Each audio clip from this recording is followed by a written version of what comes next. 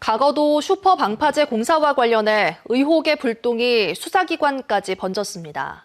잦은 설계 변경과 공사비 증액 등으로 국고를 낭비했다는 혐의로 고발된 당시 해양수산부 공무원들이 불송치 결정으로 종결됐는데요. 수사를 맡았던 해경 내부에서 윗선의 외압으로 수사가 제대로 이루어지지 못했다는 의혹이 터져나왔습니다. 박혜진 기자가 취재했습니다. 슈퍼 방파제 공사를 맡은 업체는 초기부터 문제를 제기했습니다. 가장 심각한 건 설계에 누락됐다가 공사업체가 확인한 연약 지반. 해양수산부는 뒤늦게 설계 변경을 통해 수백억가량의 사업비를 늘렸습니다. 새로운 공법을 도입해서 또 총리께서도 직접 지시하셨으니 비용이 좀 더 들더라도 슈퍼 방파제를 만들자. 이 과정에서 설계 과정을 제대로 관리하지 못해 국고를 낭비한 혐의로 당시 해수부 간부 등 3명이 고발돼 지난해 해경의 수사를 받았습니다. MBC가 확인한 당시 수사팀의 조사 내용. 수사팀은 여러 정황을 볼 때 고발된 공무원들이 사전에 문제점을 알고 있었을 것으로 보고 수백억 원의 국고를 낭비한 배임 혐의가 성립된다고 판단했습니다. 수리 모형 실험 결과 조작 의혹 등을 적극 은폐한 점을 이유로 들었고, 특히 고발된 간부가 일감을 주겠다고 고발인을 회유한 정황도 포착했다고 덧붙였습니다.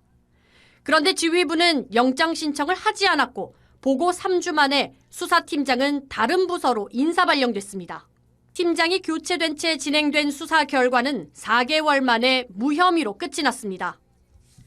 안전을 위한 수리 모형 실험 결과가 잘못됐다는 점을 인정하면서도 해양수산부 공무원들은 몰랐을 것이라고 결론냈습니다. 시공사의 공법 변경 요구를 거절한 것도, 공사를 주겠다며 회유했다는 발언도 문제가 없다며 혐의를 인정하지 않았습니다. 인사 발령으로 수사에서 배제된 1차 수사팀장은 외압 의혹을 제기했고, 외압의 당사자로 지목된 서해지방해양경찰청장은 지인이 연루된 사건이라 보고조차 받지 않았다며 혐의를 부인하고 있습니다.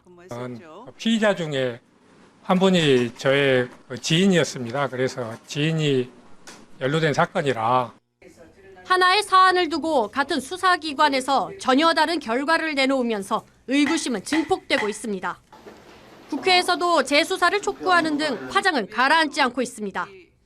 과거도에 방파제 수립 모형 실험 조작을 한 해수부 공무원에 대한 감사, 그리고 수사 외압 부정부패와 연루돼 있어요. 이게 돈 먹지 않고는 이런 일이 있을 수가 없는 겁니다.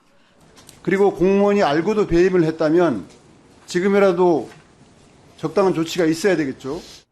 수사에 외압을 넣은 혐의로 이명준 청장이 수사를 받게 되면서 향후 수사 결과에 따라 해수부 전 간부에 대한 재수사까지 이뤄질 수 있을지 관심이 모아지고 있습니다.